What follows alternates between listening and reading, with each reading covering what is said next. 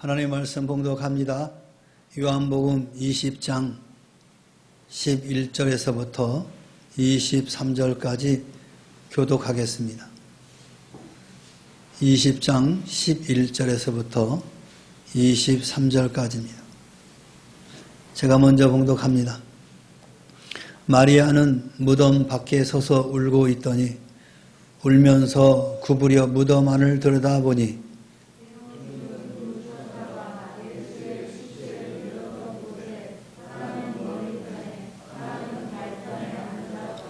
천사들이 이르되 여자여 어찌하여 우느냐 이르되 사람들이 내 주님을 옮겨다가 어디 두었는지 내가 알지 못하나이다.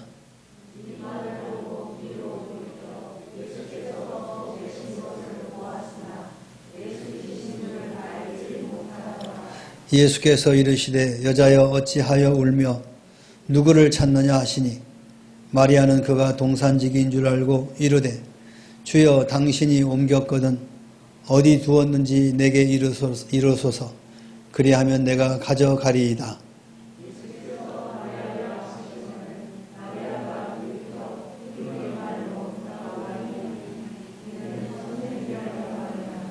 예수께서 이르시되 나를 붙들지 마라. 내가 아직 아버지께로 올라가지 아니하였노라. 너는 내 형제들에게 가서 이르되 내가 내 아버지 곧 너희 아버지 내 하나님 곧 너희 하나님께로 올라간다 하라 하시니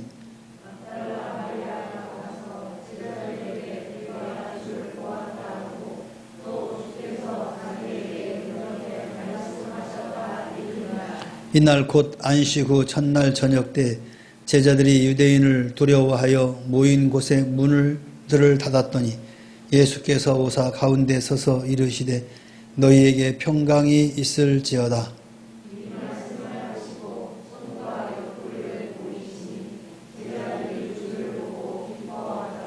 예수께서 또 이르시되 너희에게 평강이 있을지어다.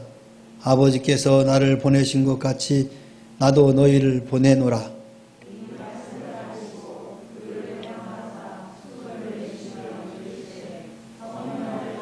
다 같이 너희가 누구의 죄든지 사하면 사하여질 것이요 누구의 죄든지 그대로 두면 그대로 있으리라 하시니라. 아멘.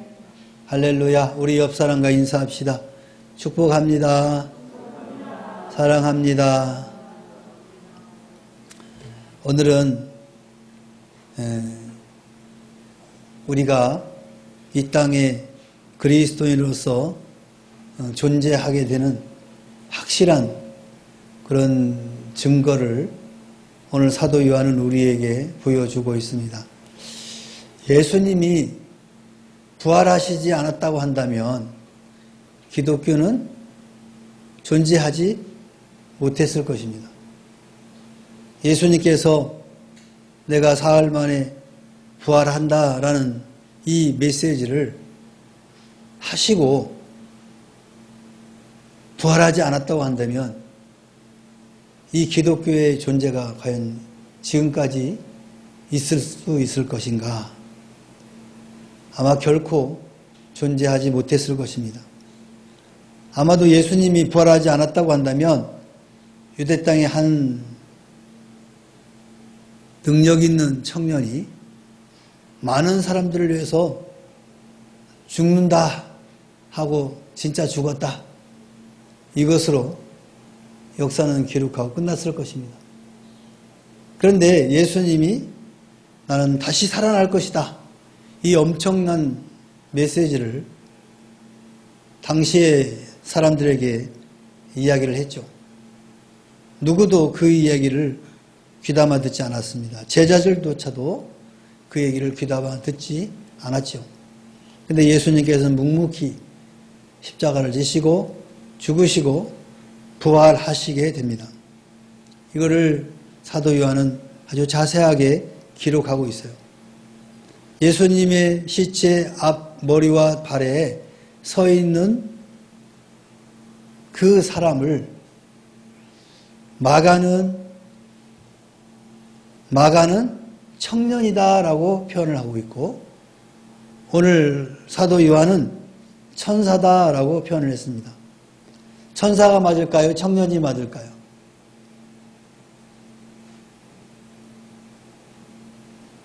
누굴 것 같아요? 우리 최 목사가 맨날 퀴즈 잘 나는데 퀴즈. 네?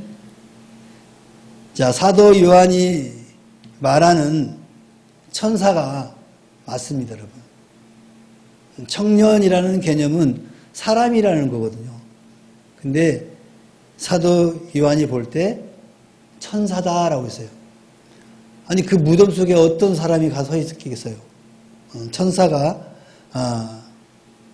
예수님이 살아나시는 그 과정 속에 이렇게 도움을 주고 있었다라는 것을 우리는 알 수 있습니다. 오늘 여기에 등장하는 막달라 마리아가 예수님의 무덤이 비었음을 보고 굉장히 실망을 했다고 했잖아요. 그래서 제자들은 다 뿔뿔이 흩어졌는데 이 막달라 마리아는 너무 안타까운 거야. 누가 우리 예수님의 시체를 가져갔을까? 요새 사건 사고들이 참 많이 나잖아요. 그래서 비행기 추락 사고도 나오고 하여튼 그래서 시체를 찾지 못하는 케이스가 참 많아요.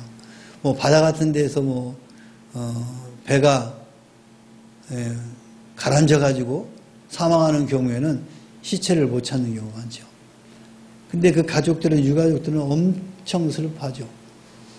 죽은 것도 슬프지만 그 죽은 그 시체도 못 찾는 그런 광경은 굉장히 안타깝죠.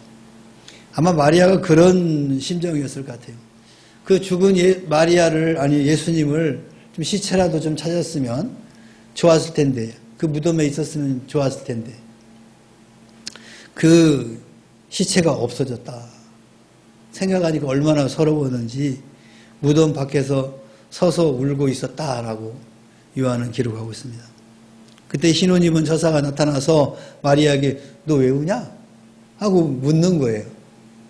그러니까 마리아가 뭐라고 말합니까? 예수님의 시신이 없어졌습니다. 그렇기 때문에 울고 있다. 마리아는 그곳에서 부활하신 예수님을 최초로 만나는 그런 복을 받게 되죠. 그때 예수님이 딱 등장하죠. 얼마나 놀랬겠습니까?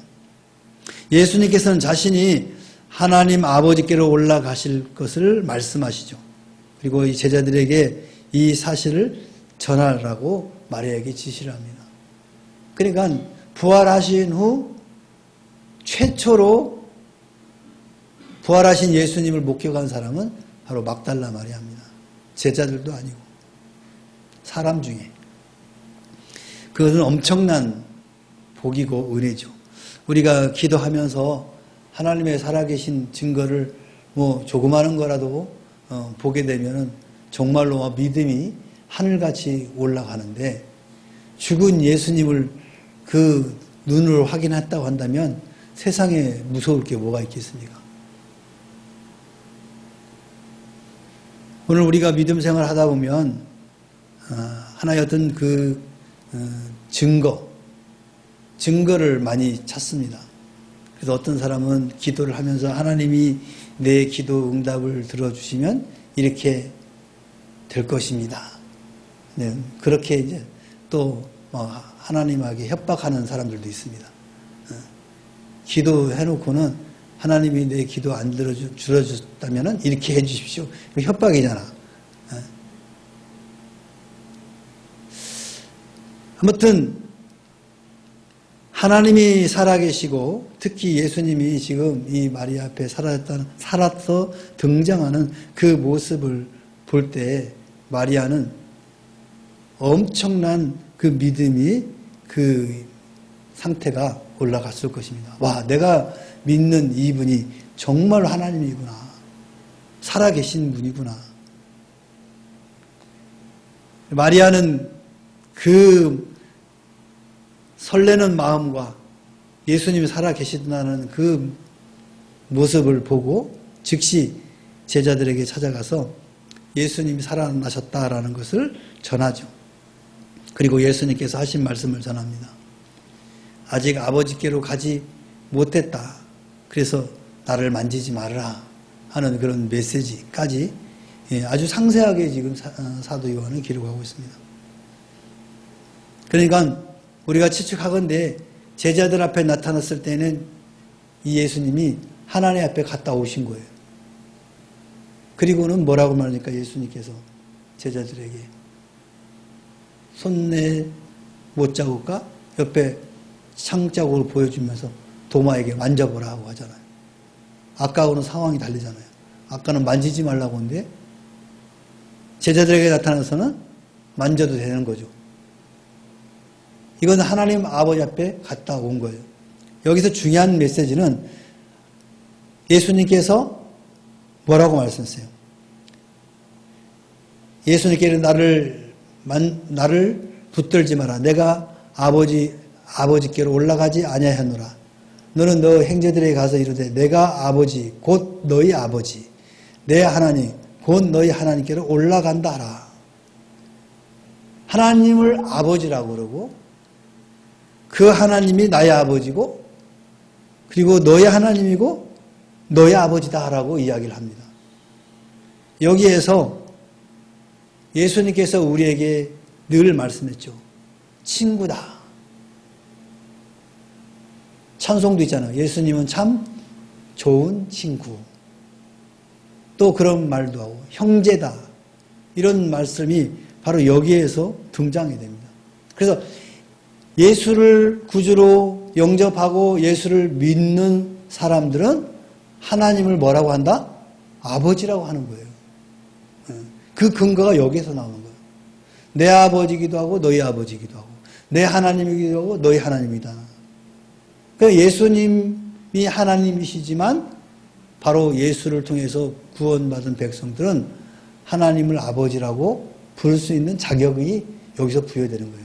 그래서 예수를 믿으면 다 하나님의 자녀인 거예요. 이거 같이 놀라운 은혜를 볼 수가 없죠. 하나님을 우리가 아버지라고 부른다니까요. 그리고 하나님은 우리를 자녀라고 한다는 거예요. 그래서 사도 바울은 이거를 다른 말로 법적인 용어로 양자 삼았다 그래요. 양자. 예수님은 친자고 우리는 양자다라고 표현한 거예요. 근데 왜 사도 바울이 양자라는 말을 썼을까? 이게 사도 바울이 복음을 전하는 그 소아시아 지역은 이 양자라는 말이 흔하게 쓰였던 말입니다.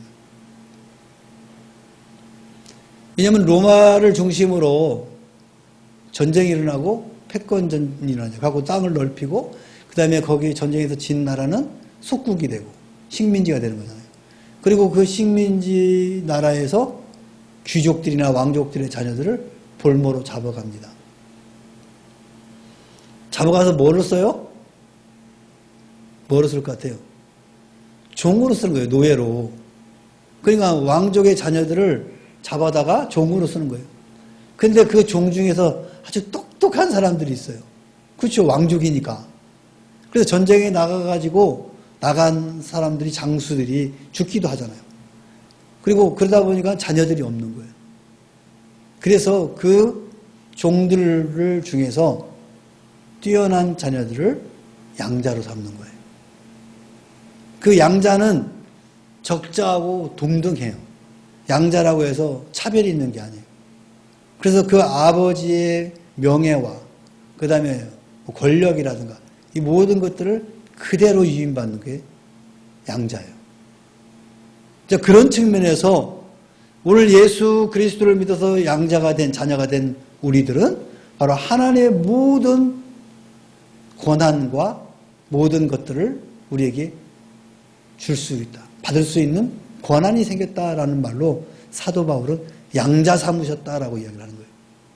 바로 그런 근거들이 오늘 예수님께서 직접 하신 말씀이에요. 내 아버지, 너희 아버지. 내 하나님, 너희 하나님. 이 말의 근거를 통해서 사도 바울은 우리를 양자 삼았다고 구별하는 거예요. 어떻게 우리가 예수님과 같은 자녀가 될 수 있느냐? 그게 아니고 바로 그 시대의 상황들을 들어서 우리를 양자 삼은 거다. 양자나 적자나 동일한 그런 권리를 갖는다는 것을 이야기한 거예요.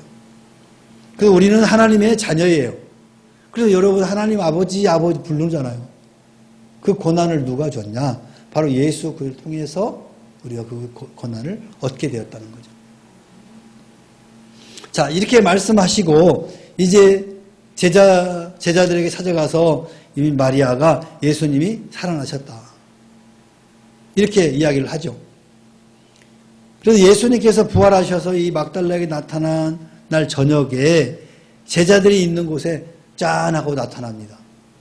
내가 곧 나타나리라 한 말씀대로 제자들이 모여서 지금 불안에 떨고 있는데 예수님이 시체가 없어졌다. 이거 누가 가져갔냐. 그래서 불안해하고 있는 이때에 저녁에 제자들에게 나타납니다. 제자들은 그때까지도 예수님의 부활에 대해서 확신하지 못했어요. 예수님이 살아나셔서 지금 그 자리에 없었던 것을 이 사람들은 누가 시체를 가져갔다. 살아났다라고 이 사람들은 확신하지 못하고 있었어요. 그래서 그들은 예수님의 시신이 없어진 사실로 인해서 유대인들이 자신들을 잡아가지 않을까 하며 더욱 염려와 두려움에 쌓여 있었습니다. 예수님께서는 제자들에게 평강을 선포하죠. 평강이 있을지어다 하고 짠하고 나타나요. 얼마나 놀랬겠어요. 쉽게 얘기하면 죽은 여러분의 시아버지가 짠하고 나타났어. 놀래게 안 놀래게? 응? 깜짝 놀라죠. 꿈에만 나타나도 막 놀래는데 이거 무슨 일이 있을까? 응? 근데 그 무리 속에 나타나는 거죠. 그러면서 평강이 있을지어다. 그리고 예수님께서 손과 옆구리를 보이시며 바로 내가 예수다 라고 보여줍니다. 그때서야 제자들이 이제 예수님이 정말 예수님 살아나셨구나 하면서 기뻐하게 되었다라고 오늘 사도 요한은 기록합니다. 예수님께서는 부활을 목격하고 믿게 된 이 제자들에게 아버지께서 자신을 보내신 것 같이 자신도 그들을 세상에 보내신다라고 말씀해요. 그러니까 하나님 아버지께서 나를 이 땅에 보낸 것처럼 나도 너희를 보내겠다. 부활의 증인의 사명을 부여하시는 거예요. 너희들이 지금 내가 다시 살아나는 걸 보지 않았느냐?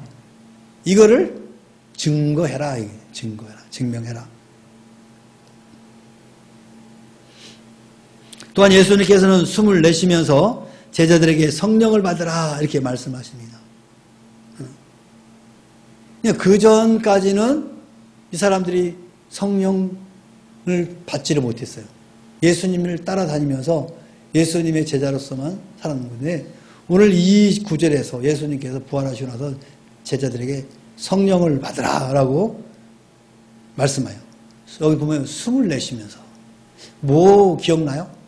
숨을 내쉬면서 성령을 받으라 했는데 뭐 기억나? 이거를 듣는 순간 하나님께서 천지 창조하실 때 인간의 흙으로 지으시고 그 코에 생기를 불어 후 넣으셨다 그랬잖아요.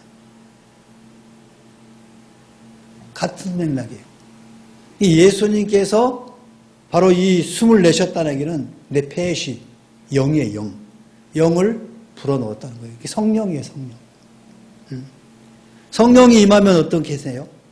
일단은 우리가 지금 우리들을 볼 때 내가 예수를 믿게 된다라고 고백을 하게 되죠. 긴가민가가 아니고. 그리고 성령이 내게 임하면 회개의 역사가 일어나죠. 그리고 성령이 내게 임하면 뭐가 생기냐? 담대함이 생기죠. 그리고 복음을 그 예수를 전하게 되게 돼요.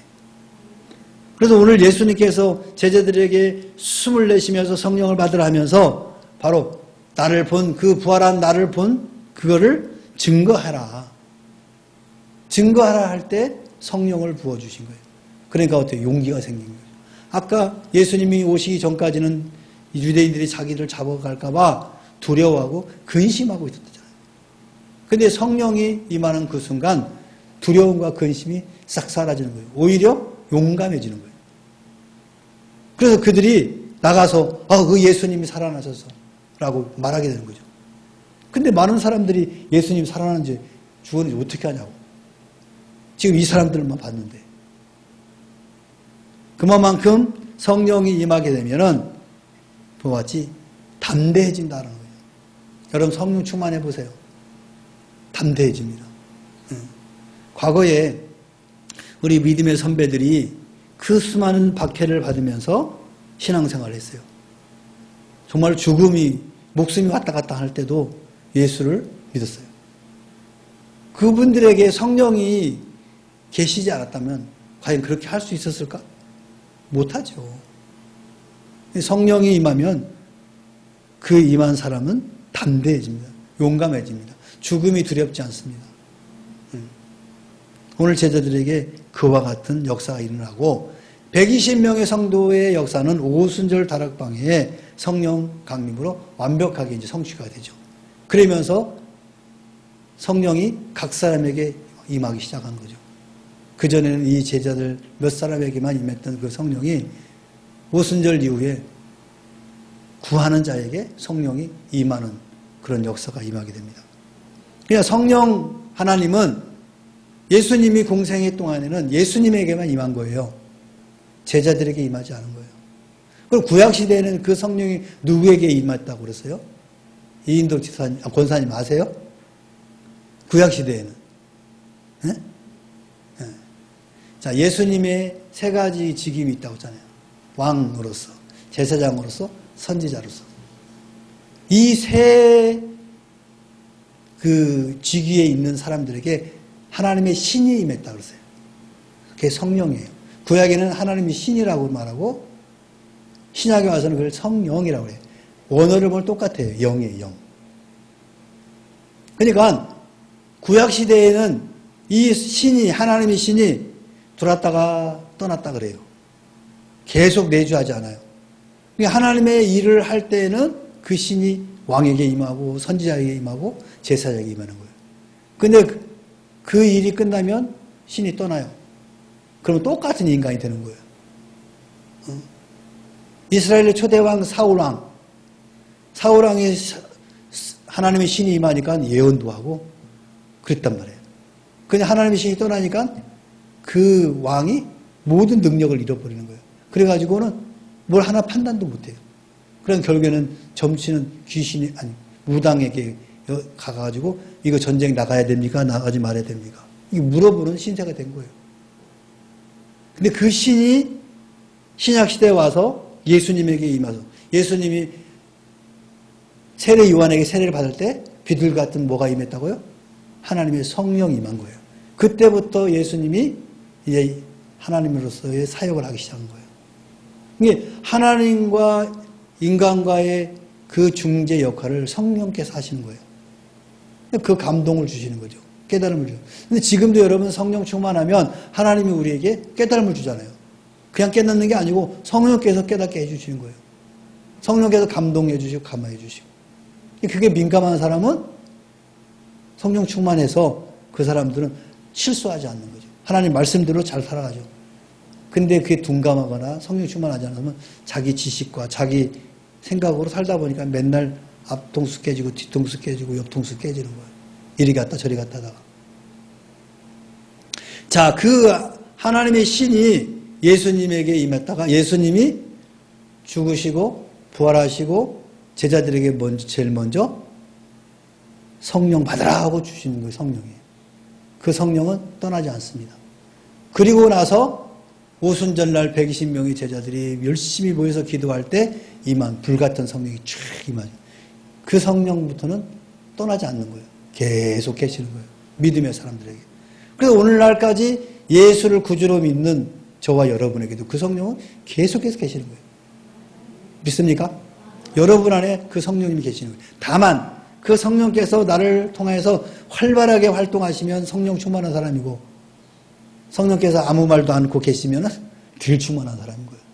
그 여러분 기도할 때 성령 충만하게 해달라고 기도하는 결국에는 하나님 나를 충분하게 사용하세요. 그 얘기예요. 마음껏 저를 좀 사용하세요. 해놓고는 성령께서 감동을 주시면 그거 나중에 할게요. 그거 지금 못하겠는데요. 하고 자꾸 딜레이 시키는 거예요. 그럼 성령께서 그래 알았다. 네 맘대로 하세요. 그리고 그 다음부터 감동 감화가 없는 거예요. 그러면 사울과 같은 사람이 돼요. 근다고 성령께서 떠난 건 아니에요. 성령께서 그냥 계시는 것 뿐이에요. 그래서 오순절 다락방 이후부터는 성령은 항상 내 주 안에 계시는 거예요. 내 안에 계시는 거예요. 그래서 여러분 그 안에 계시는 성령님이 활발하게 활동할 수 있도록 여러분 기도하시고 감동 주실 때 순종하세요. 아멘 하고 따라서 순종하면은 그 성령께서 점점 강력하게 역사하는 거예요. 자, 오늘 예수님께서 그 제자들에게 이 사명을 주는 거예요. 뭔 사명이냐? 증거하라는 거예요. 증거. 내가 다시 살아났다는 걸 너희들 증거하라. 증인이 되어라. 오늘 저와 여러분에게도 그것이 동일하게 지금 적용되는 거예요. 그래서 여러분 성령 충만하면 돈 많이 벌고 뭐 이게 아니란 말이에요. 성령 충만하면 사업 잘 되고 뭐 그것도 있겠지만 제일 우선은 뭐냐? 복음 증거하라는 거예요. 성령 충만한 거는. 그래서 열심히 기도하다가 성령 충만해서 아무개에게 가서 복음을 전하라 그러면 아멘하고 가서 복음을 전해야 되는 거예요. 근데 안 하잖아. 아유 저 사람 예수 안 믿을 사람이야. 지독해가지고 말해자 필요 없어. 하고 내가 거절해버리면 그 다음부터는 성령께서 감동하지 않은 거예요. 그냥 무조건 순종하세요.